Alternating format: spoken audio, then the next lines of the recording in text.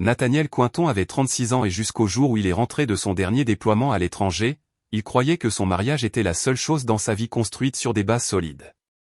12 ans en tant que Navy SEAL l'avaient éloigné de chez lui plus qu'il ne l'aurait souhaité.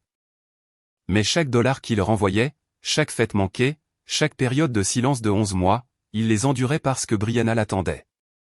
Parce que Dominique Ashford, son meilleur ami depuis qu'ils avaient 11 ans, avait une clé de la maison pour les urgences. Ce que Nat a trouvé en franchissant le seuil de sa propre porte n'était pas une urgence. C'était un mot, manuscrit, désinvolte, le genre de mot qu'un homme laisse quand il est très à l'aise dans un endroit qui ne lui appartient pas.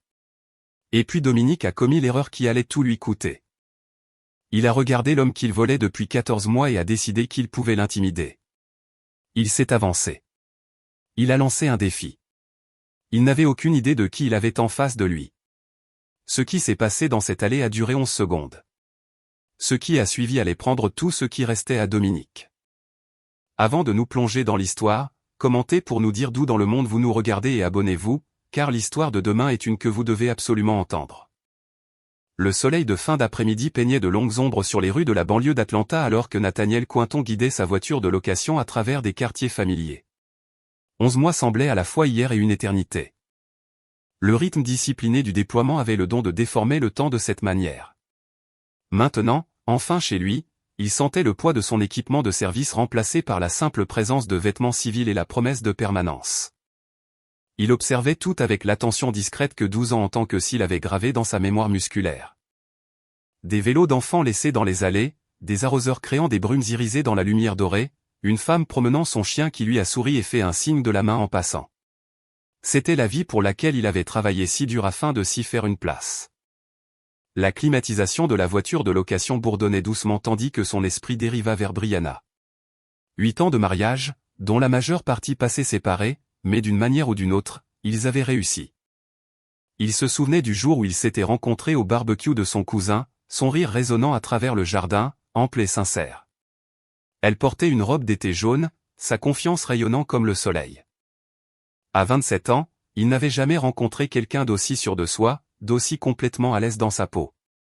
Chaque déploiement, chaque mission, chaque dollar économisé, tout avait été pour eux, pour la vie qu'ils construisaient. La maison de 4 chambres qu'il avait rénovée de ses propres mains lors d'une rare permission prolongée il y a 3 ans se dressait comme la preuve physique de son engagement. Les équipements modernes qu'elle aimait, le plan ouvert qu'elle avait esquissé, même les parterres de jardin qu'il avait construits selon ses spécifications exactes. Chaque détail était un investissement dans leur avenir. Alors qu'ils tournaient dans leur rue, les souvenirs de cet été de rénovation emplirent son esprit. La satisfaction des planchers décapés et de la peinture fraîche. Brianna lui apportant de la limonade glacée, ses cheveux attachés en un chignon désordonné, volant des baisers entre deux projets. Il était bon de rentrer à la maison vers quelque chose de si solide, de si soigneusement construit. La première chose qu'il remarqua, c'était l'audi argenté de Dominique dans l'allée. Sa vue n'a pas immédiatement déclenché d'inquiétude.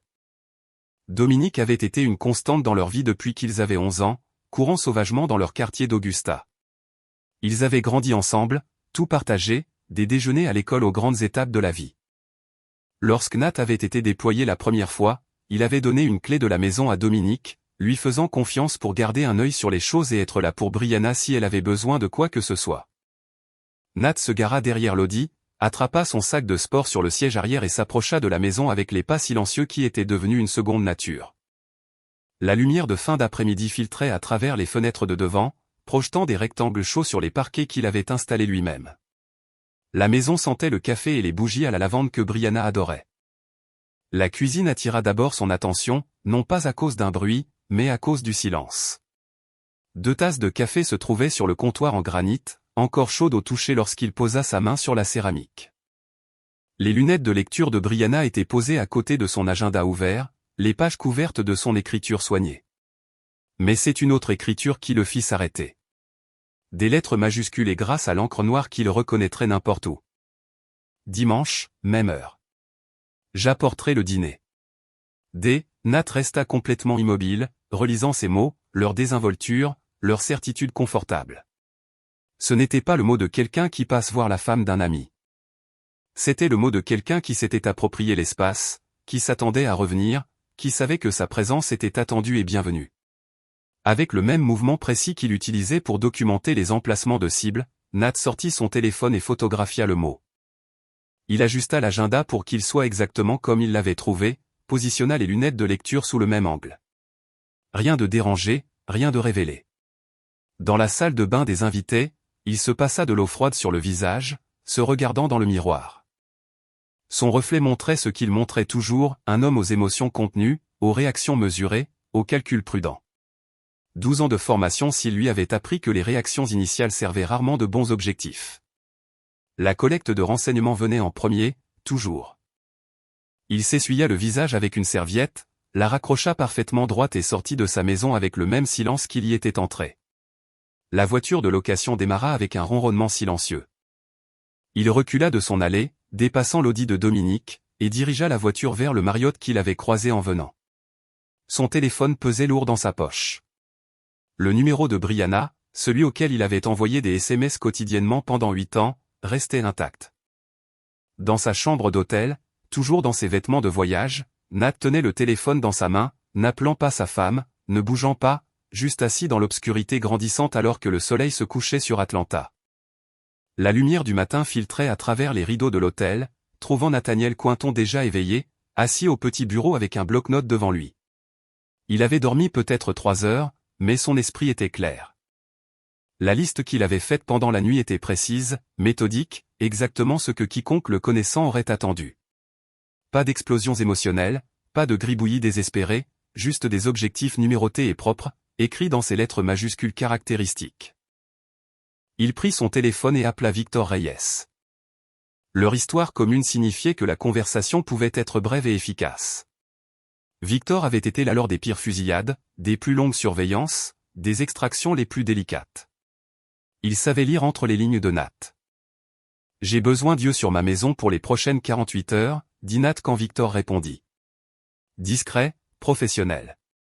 Il y eut une brève pause à l'autre bout du fil. Victor, qui avait développé toute une entreprise de conseil en sécurité avec Nat après leurs années SEAL, comprit immédiatement que quelque chose n'allait pas. Mais il comprit aussi que si Nat avait voulu en dire plus, il l'aurait fait. Déjà en mouvement, Victor répondit simplement « Je m'en occupe personnellement. » J'apprécie. Nat mit fin à l'appel. Il prit une douche, enfila des vêtements civils propres et attendit 10h30, heure à laquelle il savait que Brianna donnerait son cours du matin au studio de fitness boutique dont elle était copropriétaire. Le trajet de retour vers sa maison semblait différent en plein jour, plus réel en quelque sorte. Il se gara dans l'allée cette fois, utilisa sa clé et entra par la porte d'entrée comme n'importe quel mari le ferait. La maison était silencieuse. La vaisselle du matin était séchée et rangée. La cafetière était propre. Tout semblait normal, ce qui rendait ce qu'il s'apprêtait à faire encore plus surréaliste. Mais Nat se déplaçait dans l'espace avec détermination, sa formation de SEAL convertissant une mission émotionnelle en objectif tactique. Dans la chambre principale, il remarqua de petits changements. D'abord, la disposition des oreillers, légèrement différente de ce dont il se souvenait. La lampe de lecture de son côté du lit, orientée différemment de là où il la positionnait habituellement. Le tiroir de la table de chevet, son tiroir, s'ouvrit en douceur, révélant son contenu comme des preuves sur une scène de crime. Ses affaires, la petite boîte de boutons de manchette que sa mère lui avait donnée, ses lunettes de lecture de rechange, le livre de poche usé qu'il lisait avant son dernier déploiement avaient été vidés. Il les retrouva dans une boîte en carton sur l'étagère supérieure du placard, cachée derrière ses manteaux d'hiver. La boîte n'était pas exactement dissimulée, elle était entreposée comme des artefacts d'un ancien locataire. Le nouveau contenu du tiroir racontait sa propre histoire. Une montre élégante en argent qu'il reconnut comme le dernier achat de prestige de Dominique. Un câble de chargement, non pas le type standard d'iPhone que Nat utilisait, mais le plus récent de type USB-C. Une bouteille d'eau de Cologne, le genre cher que Dominique avait toujours préféré. L'odeur, à la fois familière et maintenant soudainement étrangère dans ce contexte. Nat photographia tout méticuleusement. Le contenu du tiroir, leur disposition, la boîte dans le placard. Chaque image était une pièce de renseignement soigneusement documentée. Quand il eut terminé, il remit tout exactement comme il l'avait trouvé. Dans son métier, perturber une zone cible était une erreur d'amateur. La collecte d'informations exigeait de la patience, de la précision et absolument aucune trace. Il quitta la maison exactement comme il y était entré et conduisit sa voiture de location au bout de la rue, se garant là où il avait une vue dégagée sur l'allée, mais sans attirer l'attention des voisins de passage. La partie tactique de son cerveau nota les lignes de vue, les angles d'observation, les angles morts potentiels, tout tandis qu'une autre partie de lui-même supportait le poids de ce qu'il venait de découvrir. 40 minutes passèrent. Puis l'Audi argenté apparut. Tournant dans leur rue avec une aisance familière, Dominique en sortit, ayant l'air en tout point du développeur d'affaires prospère qu'il était devenu. Costume sur mesure, démarche assurée, il se déplaçait avec la désinvolture d'un propriétaire qui sait exactement où il est à sa place. La clé de la maison sortit de sa poche sans hésitation, un mouvement rodé. Il ne regarda pas autour de lui avant d'entrer. Il ne vérifia pas si quelqu'un l'observait. Il entra simplement comme un homme rentrant d'une course. Nat resta assis dans son camion pendant 8 longues minutes après la fermeture de la porte, sa respiration régulière, son visage impassible. Puis il retourna à l'hôtel. Ce soir-là, son téléphone vibra avec un SMS de Victor. Une seule image, horodatée 18h47. Dominique et Brianna debout dans l'allée au coucher du soleil. Le bras de Dominique nonchalamment posé sur ses épaules, son corps se penchant contre le sien avec la familiarité confortable d'une longue habitude. Ils ne faisaient pas attention. Ils n'étaient pas discrets. Ils étaient simplement eux-mêmes, à découvert, dans l'allée de Nat.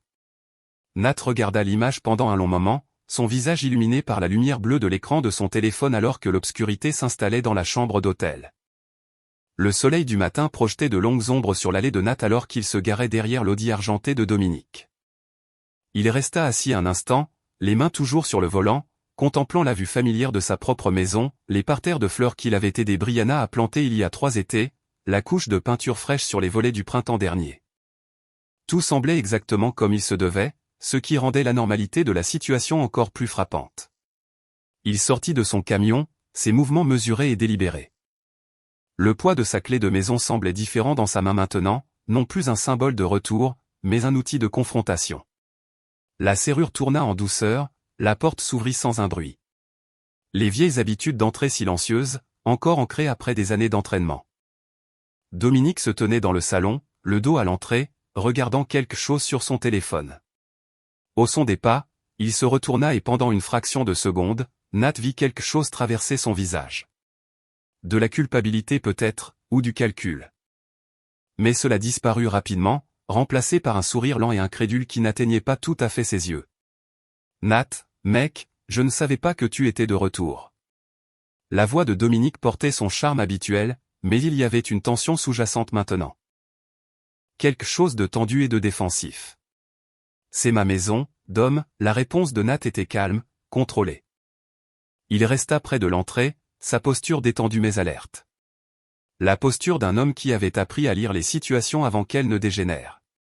Écoute, je sais que ça peut paraître, commença Dominique, puis changea de stratégie en cours de phrase.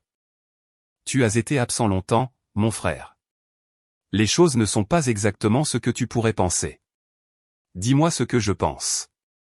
La voix de Nat resta égale, ses yeux fixés sur le visage de son plus vieil ami. La tension dans la pièce s'épaissit. Dominique se redressa de toute sa hauteur, un M90 contre un M80 pour Nat, et fit un pas en avant. C'était un mouvement qu'il avait utilisé d'innombrables fois dans des négociations commerciales, des salles de conseil, des situations sociales où sa présence physique pouvait faire pencher la balance en sa faveur. Tu dois te calmer avant que ça ne mène quelque part où tu ne veux pas que ça aille. La menace dans la voix de Dominique était claire maintenant. Toute prétention d'amitié s'évanouissait. Nat l'étudia avec le genre de silence qui rendait les autres hommes nerveux, le silence de quelqu'un qui a été dans des situations où le mauvais mot pouvait faire tuer quelqu'un. Tu me défies, dit-il finalement. Pas une question, une constatation. Je dis que tu devrais bien réfléchir, Dominique fit un autre pas, utilisant sa carrure plus large pour dominer Nat. Très bien, dit Nat, sa voix toujours calme. Allons dehors. Le béton de l'allée était chaud sous le soleil du matin lorsqu'ils sortirent. Les maisons des voisins se dressaient silencieuses de chaque côté. Des témoins que Dominique n'avait pas pensé à considérer. Il bougea le premier, poussant ses 2 mains contre la poitrine de Nat avec assez de force pour faire chanceler un homme normal. Nat ne chancela pas. Ce qui suivit dura exactement 11 secondes. Pas une bagarre, pas un combat. Une séquence précise de mouvements affinés par 12 ans d'entraînement docile. Nat entra dans la garde de Dominique, redirigea son élan et exécuta une mise au sol presque magnifique dans son efficacité. Pas d'énergie gaspillée, pas de fioriture dramatique, de la pure résolution de problèmes tactiques. Dominique se retrouva face contre terre sur le béton, un bras coincé derrière lui à un angle qui promettait de la douleur s'il se débattait. Il ne pouvait pas bouger, pouvait à peine respirer. Au-dessus de lui, Nat n'était même pas essoufflé. « C'est toi qui as choisi ça », dit Nat calmement. « Maintenant tu sais. » Il relâcha sa prise et recula, regardant Dominique se relever du sol. Le visage de l'homme plus grand était rouge d'humiliation, l'arrogance remplacée par quelque chose qui ressemblait au début d'une peur réelle. La prise de conscience naissante qu'il avait gravement mal calculée. « Tu as 1 heure, dit Nat. Vide tes affaires de ma table de chevet et quitte ma propriété. » Il se retourna et rentra dans la maison, laissant Dominique debout dans l'allée. Dans la cuisine, il sortit son téléphone et composa le numéro de tante Gloria. Elle répondit à la 2e sonnerie, sa voix chaude et familière. « Je sais que tu es à la maison, mon chéri, dit-elle avant qu'il ne puisse parler. Il y a plus que tu dois entendre. » Nat se tenait dans sa cuisine, le téléphone collé à l'oreille, écoutant l'inquiétude dans la voix de sa tante. Par la fenêtre, il pouvait voir l'Audi de Dominique toujours dans l'allée, son propriétaire nulle part en vue. Le soleil du matin filtrait à travers la vitre, soulignant les grains de poussière dans l'air et projetant de longues ombres sur le carrelage qu'il avait posé lui-même il y a 3 ans. Le soleil de l'après-midi peignait des motifs chaleureux sur le porche de Gloria alors que Nat gravissait les marches familières. Cette maison avait été son sanctuaire durant son enfance, un endroit où les devoirs se faisaient, où les dîners du dimanche signifiaient quelque chose, où les photographies suivaient les années en rangées nettes le long de la cheminée. Il pouvait voir sa photo de CE2 d'où il se tenait. Un sourire édenté et une coupe en brosse qui montraient déjà du sérieux. Gloria ouvrit la porte avant qu'il ne puisse frapper. Elle faisait toujours ça.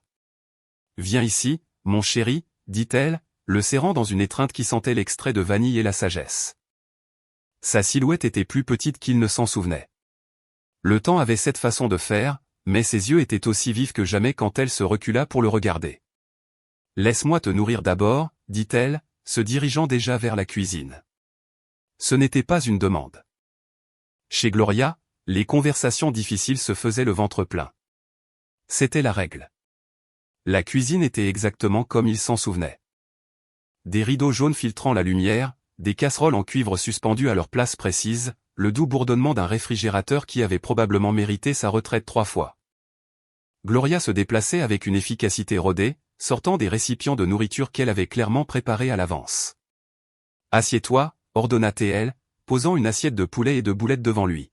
« Mange pendant que c'est chaud. » Nat obéit, regardant sa tante s'installer en face de lui avec sa propre assiette. Ils mangèrent en silence confortable pendant un moment. Les seuls sons étaient le cliquetis discret des couverts et le tic-tac lointain de l'horloge grand-père dans le couloir. Quand les 2 assiettes furent presque vides, Gloria croisa les mains sur la table. « J'ai observé, » dit-elle simplement. « Et j'ai pris des notes. » Elle lui parla de la voiture de Dominique, comment elle avait commencé à apparaître dans cette allée il y a 18 mois, toujours les mêmes jours de la semaine, comme une horloge, dit-elle. Les jeudis soirs, les dimanches après-midi, parfois les samedis matins tôt, avant que le quartier ne soit vraiment réveillé. Elle lui parla des réunions de planification que Brianna organisait pour le studio de fitness, toujours pendant ses déploiements, et qui se prolongeaient tard dans la soirée. « Vos lumières restaient allumées jusqu'à minuit ou plus tard, » dit Gloria, et ce n'étaient jamais des groupes de personnes qui partaient. Juste sa voiture, démarrant lentement comme s'il ne voulait pas faire de bruit. Sa voix se fit plus basse alors qu'elle décrivait une nuit de l'hiver dernier. Comment elle était passée en voiture vers 23 heures, voyant toutes les lumières allumées, et avait remarqué l'Audi de Dominique dans le garage. La porte était à moitié baissée, comme si quelqu'un s'était souvenu à mi-chemin qu'il ne fallait peut-être pas être si évident. C'est là que j'ai su que ce n'était pas juste une amitié qui avait mal tourné. C'était planifié, calculé. Nat resta assis, très calme, absorbant chaque détail avec la même attention minutieuse qu'il accordait au briefing de mission. Les observations de Gloria n'étaient pas émotionnelles. Elles étaient précises, chronologiques, étayées par des dates et des heures spécifiques qu'elle avait clairement notées quelque part. Puis elle tendit la main pour prendre la sienne sur la table. « Mais ce n'est pas tout, dit-elle. Il y a 3 mois, Terrell m'a appelé. Terrell, le neveu de Gloria, qui travaillait à la First Credit Union d'Atlanta, où Nat et Brianna avaient leur compte joint, où la solde de déploiement de Nat était directement déposée chaque mois. Il était troublé, continua Gloria. Il a dit qu'il ne dirait normalement rien, mais qu'il t'aime comme un frère et ne pouvait pas dormir tranquille en sachant ce qu'il voyait. Il m'a demandé si tu étais au courant des chèques de banque. La main de Nat se serra légèrement sous la sienne. Quel chèque? De gros retraits, dit Gloria. Des retraits réguliers, étalés sur 14 mois. N'allant pas sur le compte du studio. Il a vérifié ça spécifiquement. Allant complètement ailleurs. Elle nomma un chiffre qui fit se crisper la mâchoire de Nat. 14 mois pendant qu'il était déployé, pendant qu'il envoyait de l'argent à la maison, pendant qu'il faisait entièrement confiance. Je ne pouvais pas te le dire à l'étranger, dit doucement Gloria. Je ne pouvais pas risquer ce genre de distraction quand tu avais besoin d'être concentré. Mais j'ai tout gardé, les dates, les montants, les schémas. Tout est écrit. Nat hocha la tête une fois. Il comprenait à la fois sa protection et sa précision. Gloria avait toujours su exactement quand la vérité serait la plus utile. 20 minutes plus tard, il était assis dans son camion dans l'allée de Gloria alors que le soir tombait autour de lui. Son téléphone affichait le numéro de Victor, le pouce planant sur le bouton d'appel. Les lumières de jardin s'allumaient dans les maisons voisines, créant des flaques jaunes dans l'obscurité grandissante. Il appuya sur appeler. Victor répondit à la deuxième sonnerie. J'ai besoin d'une traçabilité financière complète, dit Nat sans préambule. Compte joint, schéma de retrait, tout nouveau compte ouvert au cours des 18 derniers mois, tout. Paramètres. La voix de Victor était stable. Professionnel. First Credit Union d'Atlanta. Commence par les chèques de banque remontant à 14 mois. Fais une vérification croisée avec les comptes du studio. Nat marqua une pause. Et Victor, cherche le nom de Dominique Ashford sur n'importe quoi. Compris, dit Victor. Je m'y mets tout de suite. L'appel se termina. Nat resta assis dans l'obscurité grandissante, regardant la lumière du Porsche de Gloria s'allumer automatiquement. Quelque part au loin, un chien aboya aux ombres. Il attendit le SMS de confirmation de Victor. Son camion, une sentinelle silencieuse dans le quartier tranquille où il avait grandi, apprenant le bien du mal. La lumière du matin filtrait à travers les stores de leur bureau commun alors que Victor étalait les documents financiers sur le bureau de Nat. Chaque page était annotée de surlignages jaunes et de drapeaux rouges. 14 mois de trahison systématique réduits à des chiffres et des dates. 214 000, dit Victor calmement, tapotant la page de résumé. Déplacés à travers deux comptes dont nous n'avons jamais connu l'existence. Nat étudia les détails du premier compte. Ouvert au seul nom de Brianna dans une banque différente de leur compte joint. Dépôt régulier soigneusement programmé pour éviter d'attirer l'attention. Le deuxième compte frappa plus fort. Un compte joint entre Brianna et Dominique, structuré pour un accès partagé et un bénéfice mutuel. La méthodologie était précise. Chaque retrait de leur compte joint avait été calculé pour rester juste en dessous du seuil qui pourrait déclencher une alerte. Chèque de banque, virement mobile, une distribution soignée sur plusieurs mois pour donner l'apparence d'une gestion domestique normale. Elle a utilisé le calendrier de déploiement, dit Nat, sa voix égale alors qu'il traçait le schéma avec son doigt. Les plus gros transferts ont eu lieu pendant que j'étais à l'étranger, quand elle savait que je ne vérifierais pas les relevés. Victor hocha la tête. Elle avait un système. Transférer l'argent de votre compte joint à son compte privé d'abord, puis déplacer des portions vers le compte qu'elle partageait avec Dominique. Ça rendait plus difficile de suivre le montant total. Nat se pencha en arrière dans sa chaise, absorbant l'ampleur de la chose. Ce n'était pas juste une liaison. C'était une architecture. Pendant qu'il envoyait fidèlement sa solde de déploiement à la maison, croyant construire leur avenir, Brianna avait construit une stratégie de sortie en utilisant sa confiance comme fondation. L'argent lui-même n'était pas ce qui blessait le plus. C'était la manipulation de son dévouement. Chaque virement qu'il avait envoyé de l'étranger représentait des semaines de travail dangereux, des nuits blanches et une séparation d'avec sa famille. Tout cela converti en capital de départ pour l'avenir d'un autre homme avec sa femme. Le studio était une couverture, continua Victor, étalant une autre série de documents. Elle mentionnait des dépenses professionnelles, des mises à niveau d'équipement, des raisons légitimes en apparence pour déplacer de l'argent, mais nous avons suivi les comptes du studio séparément. Cet argent n'y est jamais allé. Nat prit un relevé bancaire, étudiant les dates. Le premier transfert coïncidait avec son avant-dernier déploiement. Pendant qu'il menait des missions en territoire hostile, elle menait des opérations financières parallèles à la maison. La précision de l'ensemble était presque admirable de la manière la plus froide possible. Elle n'a pas seulement trahi le mariage, dit Nat calmement. Elle l'a militarisé, a utilisé mon absence pour construire une infrastructure, a utilisé ma confiance pour la financer.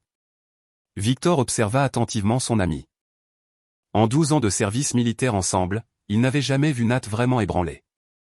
Même maintenant, face à la documentation d'une trahison personnelle aussi calculée, son extérieur restait composé. Mais Victor savait quoi chercher. La légère tension dans sa mâchoire, le rythme contrôlé de sa respiration. J'ai besoin du numéro de Dana Whitfield, dit Nat en fermant finalement le dossier. Victor sortit son téléphone, déjà préparé. Elle attend ton appel. J'ai envoyé un résumé préliminaire à son bureau ce matin. Elle a libéré sa soirée. 4 heures plus tard, Nat était assis en face de Dana Whitfield dans son bureau du centre-ville. Les lumières de la ville s'allumaient derrière ses fenêtres, créant une toile de fond de géométrie urbaine contre le ciel qui s'assombrissait. Dana parcourait la documentation avec une efficacité clinique, son bloc-notes se remplissant d'annotations précises.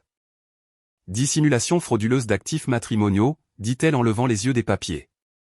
Avec des preuves claires de liquidation systématique et de dissimulation intentionnelle, le compte joint avec M. Ashford renforce particulièrement notre position. Elle exposa la stratégie juridique avec la même précision que Victor avait montrée pour la traçabilité financière. Brianna et Dominique faisaient tous deux face à une responsabilité civile potentielle. Étant donné le montant en jeu et le schéma documenté de dissimulation, une exposition pénale n'était pas exclue. Nous allons demander le divorce, en citant la fraude financière, continua Dana.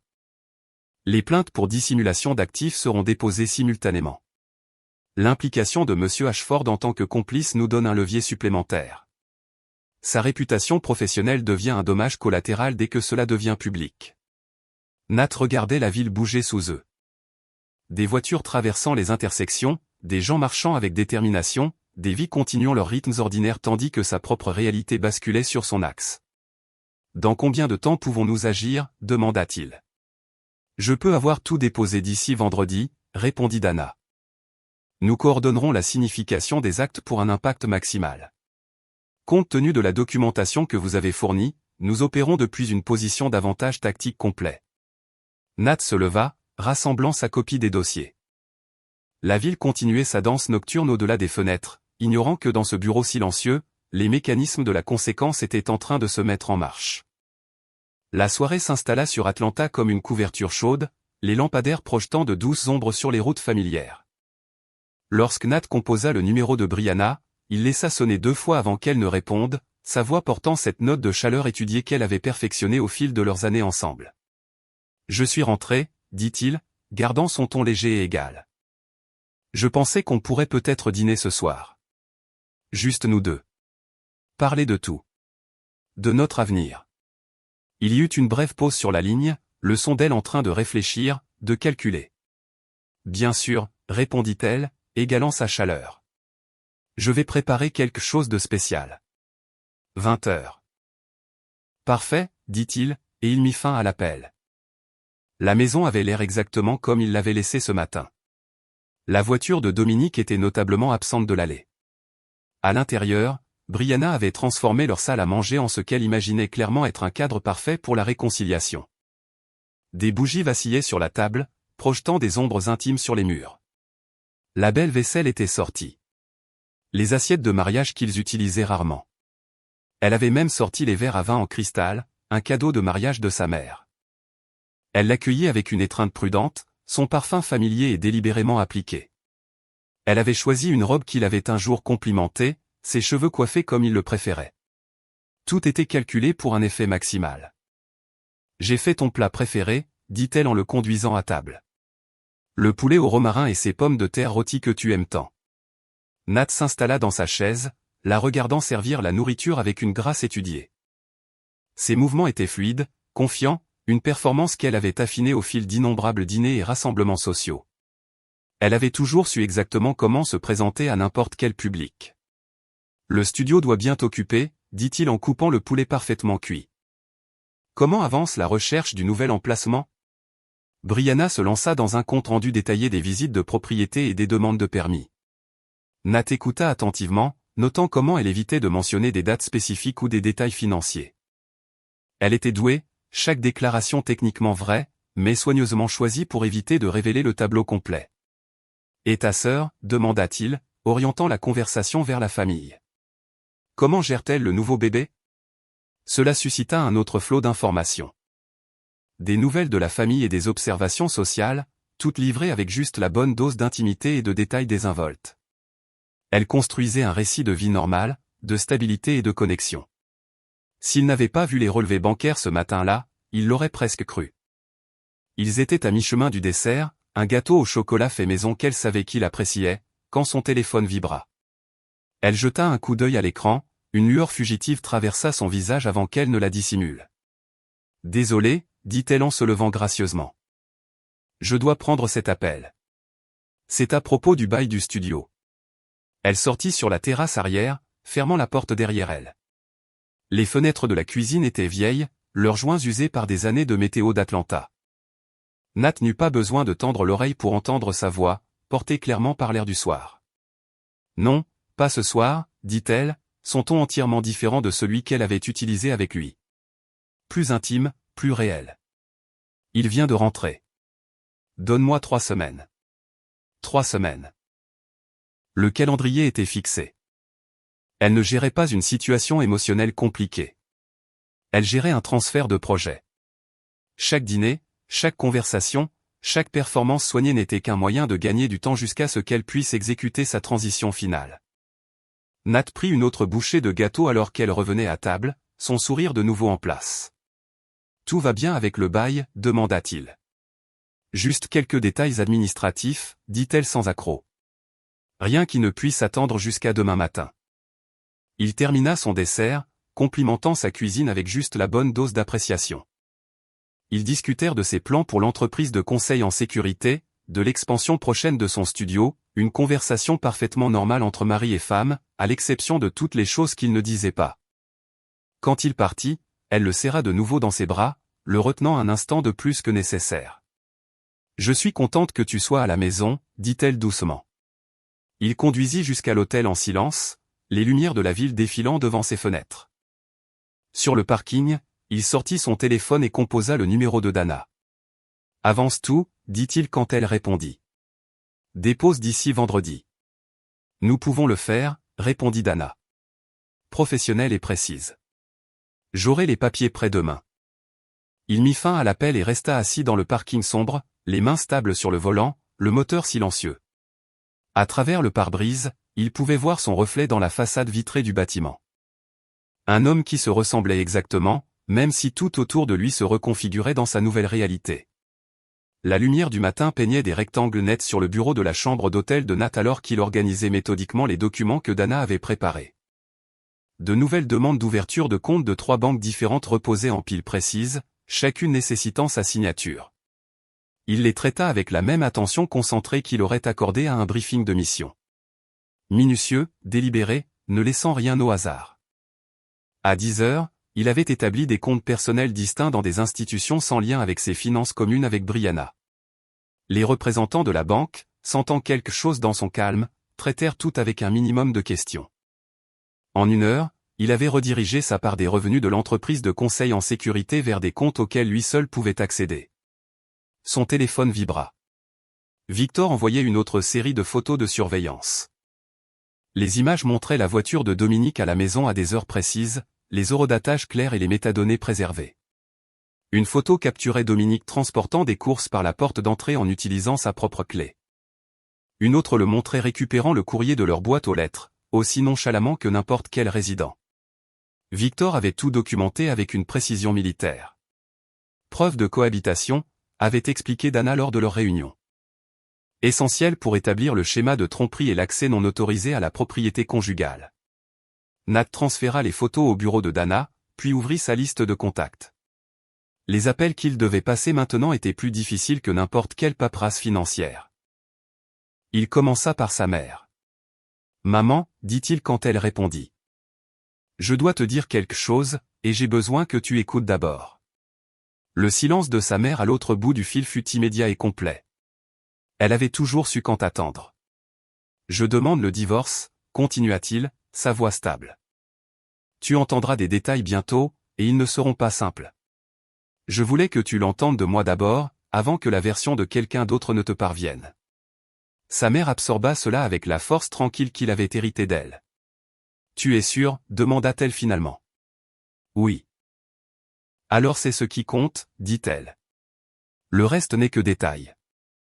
Son frère prit la nouvelle différemment, une explosion de colère protectrice que Nat dut soigneusement contenir. Pas encore, lui dit-il. Laisse le processus suivre son cours. Laisse la vérité faire son travail. Les deux amis de la famille, des personnes dont Brianna avait soigneusement cultivé le respect au fil des ans, furent plus difficiles. Ils posèrent des questions auxquelles il ne répondrait pas, offrirent un soutien dont il n'avait pas besoin. Mais il passa les appels car ils avaient besoin d'entendre sa voix, de comprendre que ce n'était pas une décision hâtive ou une réaction émotionnelle. En début d'après-midi, le bureau de Dana avait demandé le gel d'urgence des comptes joints en attendant la procédure de divorce. La notification frapperait le téléphone de Brianna en quelques heures. Nat l'imagina la lisant, regardant son calendrier soigneusement construit s'effondrer. Le trajet jusqu'à la maison de tante Gloria semblait différent cette fois, moins urgent, plus ancré. Elle ouvrit la porte avant qu'il ne l'atteigne, comme si elle l'attendait. « Entre », dit-elle en le conduisant à sa table de cuisine. « Assieds-toi avec moi une minute. » La lumière de l'après-midi filtrait à travers ses rideaux de dentelle, projetant des motifs délicats sur la surface en bois familière. Gloria tendit la main et prit ses deux mains dans les siennes, sa poigne chaude et sûre. « Tu as fait ça exactement comme il faut, » dit-elle doucement. Pas de cris, pas de drame, juste la vérité livrée aux gens qui ont besoin de l'entendre. Je ne voulais pas lui donner le temps de manipuler l'histoire, répondit Nat. Une fois que les papiers seront signifiés, tu laisses la vérité parler, l'interrompit doucement Gloria. Tu la portes juste aux bonnes personnes. Le reste se fait tout seul. Son téléphone vibra alors que Gloria serrait ses mains une dernière fois. Le message de Dana était bref et précis. Papier déposé, huissier prévu pour mardi matin au studio. Tout est en mouvement. Ce soir-là, Nat retourna à sa chambre d'hôtel et se prépara méthodiquement pour la nuit. La même routine qu'il avait suivie pendant des années de déploiement. Douche, vérification du téléphone, réglage de l'alarme. Mais ce soir, alors qu'il était allongé dans ce lit inconnu, quelque chose avait changé. La machine de la conséquence était maintenant en mouvement, fonctionnant de sa propre force. Pour la première fois depuis qu'il avait vu le mot de Dominique sur cet agenda, son esprit était calme. Il dormit 8 heures complètes, sans rêver profondément, comme un homme qui avait déposé un lourd fardeau et s'était enfin permis de se reposer. Le soleil du mardi matin avait à peine franchi l'horizon d'Atlanta lorsque deux personnes habillées de manière professionnelle entrèrent dans le studio de fitness boutique de Brianna. Les parquets polis brillaient sous les spots, et les premiers clients du matin s'enregistraient à la réception, où se tenait Brianna, passant en revue le programme de la journée avec son personnel. Les huissiers s'approchèrent avec une efficacité rodée. Pas de théâtralité, juste un professionnalisme impeccable. Brianna Cointon, demanda la femme, bien qu'elle connaisse clairement la réponse. Le sourire de Brianna resta figé tandis qu'elle répondait, « Oui, c'est moi. Ceci est pour vous. » La femme tendit une épaisse enveloppe Kraft. « Vous êtes signifié. » Le moment s'étira comme de la tire d'érable alors que Brianna fixait l'enveloppe, ses doigts manucurés figés à mi-chemin. Autour d'elle, l'atmosphère soigneusement cultivée du studio, tout en équipement rutilant et musique d'ambiance, semblait se contracter. « Vous devez la prendre, madame, » dit doucement l'huissier masculin. La main de Brianna se referma enfin sur l'enveloppe. Les huissiers se retournèrent et partirent avec la même efficacité qu'ils étaient arrivés, leurs pas résonnant sur le parquet. Deux clientes matinales observaient depuis la zone d'enregistrement, leur tapis de yoga sous le bras. Une jeune employée s'occupait de réorganiser des piles de serviettes déjà bien rangées, évitant délibérément de lever les yeux. Brianna ouvrit l'enveloppe d'une main ferme, une contenance étudiée qui dura exactement le temps qu'il lui fallut pour lire le premier document. Son visage perdit toute couleur alors qu'elle assimilait les mots « dissimulation frauduleuse d'actifs matrimoniaux » et « codéfendeur Dominique Ashford ». Ce n'était pas seulement des papiers de divorce. C'était une mise à nu. Elle s'excusa pour se rendre à son bureau, fermant la porte avec un contrôle prudent. En 20 minutes, son premier message vocal atterrit sur le téléphone de Nat. « Comment oses-tu? Tu n'as même pas pu me parler d'abord. Tu m'as fait signifier à mon entreprise devant mon personnel.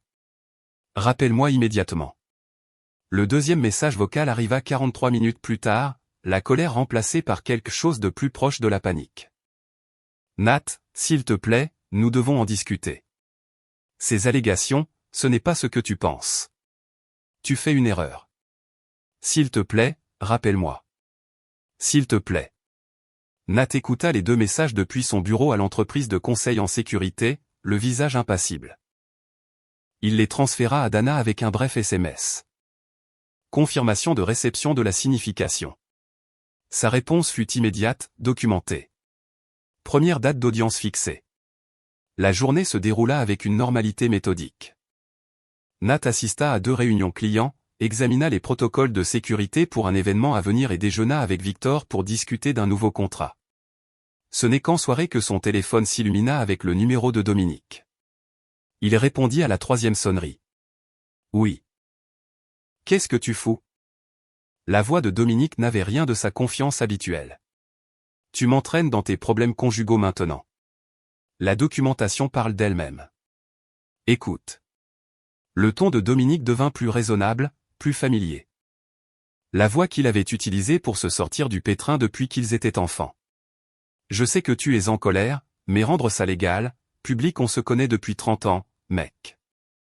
On peut régler ça en privé. » « Les comptes sont déjà du domaine public, » répondit Nat. C'était son argent à déplacer, tenta Dominique. Je l'aidais juste à se protéger. Les relevés bancaires montrent la source des fonds. Pour l'amour de Dieu, Nat, on a grandi ensemble. On jouait en ligue mineure. Ta mère me donnait à dîner. Tu vas vraiment jeter tout ça par la fenêtre? L'exposition civile affecte vos licences professionnelles. Une pause. Puis la voix de Dominique se durcit. Tu veux vraiment faire ça? Parce qu'une fois que ça commence, il n'y a pas de retour en arrière. Tu pourrais ne pas aimer où ça mène. La réponse de Nat fut calme, précise. Vous avez co-signé des comptes financés avec de l'argent qu'elle n'avait pas le droit de déplacer. Votre avocat vous expliquera le reste. Il mit fin à l'appel et posa le téléphone sur le bureau de sa chambre d'hôtel. Les lumières de la ville s'allumaient à l'extérieur de sa fenêtre. Les immeubles de bureaux se transformaient en constellations de carrés fluorescents contre le ciel qui s'assombrissait. Il se dirigea vers la kitchenette, remplit un verre d'eau et retourna se tenir à la fenêtre. En dessous de lui, le trafic d'Atlanta suivait ses schémas habituels, les phares et les feux de freinage coulant comme des rivières rouges et blanches. Quelque part là dehors, Dominique appelait probablement déjà son avocat. Brianna était probablement encore dans son bureau, lisant l'intégralité du dossier. La machine de la conséquence tournait, et aucun d'eux ne pouvait l'arrêter maintenant. Nat but une longue gorgée d'eau et regarda les lumières de la ville scintiller contre la nuit tombante. La maison de Gloria était exactement la même qu'elle l'avait été pendant 30 ans. Revêtement en clin blanc, volets vert foncé et jardinières sous chaque fenêtre. Aujourd'hui, ces jardinières débordaient de fleurs de fin d'été, une touche de couleur contre les nuages d'orage qui s'amoncelaient au-dessus. Nat arriva le premier, un dossier Kraft sous le bras. Il aida Gloria à disposer des chaises dans son salon, assez pour 8 personnes, positionnées de manière à ce que tout le monde puisse voir tout le monde. La pièce conservait encore la chaleur des dîners du dimanche et des matins de Noël. Les photos de famille alignées sur les murs comme des témoins silencieux. Sa mère arriva ensuite, calme et posée. Puis son frère, Michael, qui serra l'épaule de Nat une fois avant de s'asseoir. 2 des amis les plus proches de Brianna, sa tante Catherine et sa cousine Rachel, arrivèrent ensemble, leurs visages soigneusement neutres. Elle connaissait Brianna depuis son adolescence, avait célébré à son mariage, avait cru en la vie qu'elle dépeignait. Quand la voiture de Brianna se gara dans l'allée, sa sœur Lorraine était sur le siège passager. À travers la fenêtre, Nat les regarda s'asseoir un moment, tête rapprochée en conversation. Lorraine avait toujours été la plus fervente défenseur de Brianna, son alliée la plus fiable dans tout conflit. Elles entrèrent ensemble. Le menton de Brianna était haut malgré les ombres sous ses yeux. Elle portait une de ses tenues de studio, des vêtements de sport chers qui projetaient compétence et contrôle. La main de Lorraine reposait de manière protectrice sur le dos de sa sœur. Merci à tous d'être venus, dit Nat une fois que tout le monde fut assis. Sa voix était stable, d'un ton qui portait sans forcer. Je vous ai demandé de venir ici parce que vous méritez d'entendre cela directement de moi, et Brianna mérite de l'entendre en personne. Il ouvrit le dossier Kraft et en retira une seule feuille de papier. La chronologie était propre, professionnelle, date et événements disposés dans un ordre chronologique simple. Pas de commentaires, pas d'accusations, juste des faits. Je vais lire ceci, dit-il. Je demande à chacun d'écouter jusqu'au bout avant de parler. Il commença par la date de leur mariage, le 12 juin, il y a 8 ans. Une belle cérémonie dans le jardin de tante Catherine. Des guirlandes lumineuses dans les arbres. Brianna, radieuse dans la robe restaurée de sa mère. Il passa en revue ses déploiements, date, durée, lieu lorsqu'ils n'étaient pas classifiés. Puis vint le dossier financier, les virements bancaires commençant il y a 14 mois, les dates, les montants, les numéros de compte. La présence documentée de Dominique dans la maison, horodatage des caméras de sécurité, confirmation des voisins, observation discrète de Gloria. Le drainage systématique de leurs comptes joints, la conversion stratégique de leur vie commune en actifs portables. La pièce devint plus lourde à chaque détail précis. La posture protectrice de Lorraine commença à se fissurer, et Catherine pinça les lèvres. Brianna regardait droit devant elle, son visage un masque de sang-froid qui glissait un peu plus à chaque nouvelle révélation. La voix de Nat ne faiblit jamais. Il ne jouait ni le deuil ni la colère. Il énonçait simplement la vérité dans une pièce qui avait besoin de l'entendre. Quand il eut fini de lire, il posa le papier et regarda directement Brianna pour la première fois depuis son arrivée. « Je ne te déteste pas, dit-il calmement. J'ai déjà fait mon deuil en privé et sans public. Ce qui se passe maintenant n'est pas une vengeance. C'est simplement la conséquence naturelle de choix que tu as fait en pleine conscience et avec une intention délibérée. » Lorraine avait cessé de défendre, cessé de chercher le regard de Brianna. La mère de Nat n'avait ni bougé ni parlé, mais son silence portait le poids de la déception maternelle. La pièce retint son souffle. « Merci pour ton accueil, tante Gloria, dit Nat en se levant. Le mouvement était fluide, sans hâte. Il ramassa son dossier, le glissa sous son bras et se dirigea vers la porte sans se retourner. La porte moustiquaire se referma derrière lui avec un léger déclic. Ses bottes craquèrent sur l'allée de gravier, marquant un rythme régulier jusqu'à son camion. La clé glissa dans le contact. Le moteur démarra avec un grondement familier. Derrière lui, la maison de Gloria se dressait, solide et inchangée, contenant les conséquences de la vérité entre ses murs. Les premières gouttes de pluie commencèrent à tomber alors que Nat s'éloignait, laissant de fines taches sombres sur le pare-brise qui grandirent et fusionnèrent tandis qu'il conduisait dans la tempête qui s'annonçait. Il ne regarda pas son rétroviseur. Il n'avait pas besoin de voir ce qu'il laissait derrière lui. Le poids qu'il portait depuis des semaines s'était levé, non pas dans le triomphe ou la satisfaction, mais dans le soulagement silencieux d'avoir enfin déposé quelque chose de lourd exactement au bon endroit. La pluie tomba plus fort alors qu'il tournait sur la route principale, lavant le monde derrière lui. 8 mois s'étaient écoulés, comme l'eau s'écoulant régulièrement en aval. La lumière du matin filtrait par l'unique fenêtre du nouvel appartement de Nat, attrapant les grains de poussière dans son faisceau alors qu'il se tenait au comptoir de sa cuisine, un café à la main. L'espace était délibérément plus petit que la maison. 2 chambres au lieu de 4, pas de salle à manger formelle, juste assez de place pour ce dont il avait besoin maintenant. Les murs étaient encore majoritairement nus, attendant les bonnes choses pour les remplir. Il déplia la section économique de l'Atlanta Journal-Constitution, plus par habitude que par intérêt, mais un nom familier attira son œil. Dominique Ashford avait retiré sa candidature pour devenir associé chez Coleman & Ross, l'une des plus importantes sociétés de développement commercial de la ville. C'était le 2e retrait de ce type en 3 mois. L'article ne mentionnait pas le jugement civil. Il n'en avait pas besoin. Dans les cercles d'affaires d'Atlanta, ce genre d'informations publiques circulait par ses propres courants. Nat avait entendu dire par des relations communes que la mère de Dominique, Phyllis, avait cessé d'organiser ses déjeuners mondains mensuels. Elle avait été acculée lors d'une vente aux enchères caritatives par des amis bien intentionnés qui s'enquéraient de cette malheureuse affaire avec le procès Covington, et s'était retrouvée sans les mots justes pour expliquer la situation réduite de son fils. Pour une femme qui avait bâti son identité sur l'ascension de son fils, le voir se contracter plutôt que s'étendre avait été son propre genre de jugement. Dominique lui-même était devenu plus discret, moins visible lors des événements de l'industrie. Il n'était pas ruiné au sens dramatique du terme. Il avait toujours son salaire de base, son Audi argenté, son appartement en centre-ville, mais il était diminué, fonctionnant à une tension plus basse, et pour un homme qui s'était entièrement construit autour du fait d'être important. Cette réduction était plus profonde que n'importe quelle pénalité financière. Le journal publiait également une petite annonce sur les changements de propriétaire chez Pureform Fitness, le studio boutique que Brianna avait cofondé.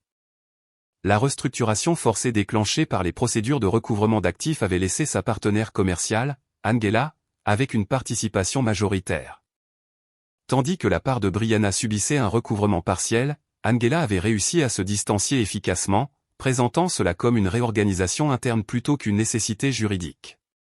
Brianna avait déménagé dans un appartement en rez-de-jardin à Buckhead. Assez agréable, mais un net recul par rapport à la maison qu'elle avait partagée avec Nat. Sa présence soigneusement entretenue sur les réseaux sociaux était devenue clairsemée, puis sporadique, puis presque silencieuse. La dernière nouvelle que l'on avait eue, c'est qu'elle et Dominique avaient brièvement tenté de construire quelque chose de réel sur les fondations de leur tromperie, mais cela s'était effondré sous le poids des conséquences et du ressentiment mutuel. Nat mit le journal de côté et rinça sa tasse de café. Sa propre vie s'était développée selon d'autres lignes. L'entreprise de conseil en sécurité qu'il dirigeait avec Victor avait décroché un important contrat fédéral, leur permettant d'embaucher 4 nouveaux employés et d'ouvrir un deuxième bureau en Virginie. Le travail était stable, stimulant de la bonne manière, construit sur la fondation de confiance que lui et Victor avaient établie dans des contextes plus dangereux. Pendant son temps libre, Nat s'était mis à la menuiserie. Son atelier dans le garage contenait des outils de base et une collection croissante de pièces d'essai, certaines bonnes, d'autres montrant clairement la courbe d'apprentissage d'un nouvel artisanat. Il l'abordait avec la même patience qu'il apportait à tout, comprenant que la compétence venait de la répétition, que les erreurs étaient des professeurs nécessaires, que la précipitation ne produisait rien qui vaille la peine d'être gardé. Ce matin-là, il avait pris son petit déjeuner avec tante Gloria à leur restaurant habituel. Elle avait étudié son visage par-dessus sa tasse de café, notant l'aisance dans ses épaules, la concentration tranquille dans ses yeux. « Comment te sens-tu » avait-elle demandé. Pas pour la première fois, mais avec un poids nouveau dans la question. Natty avait réfléchi attentivement. Comme il réfléchissait à tout. De nouveau moi-même, avait-il dit finalement.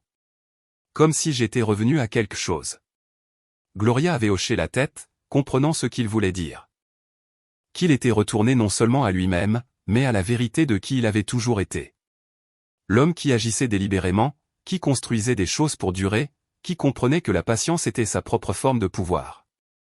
Maintenant, dans son atelier, la lumière de l'après-midi filtrait par l'unique fenêtre, attrapant la sueur dans son faisceau.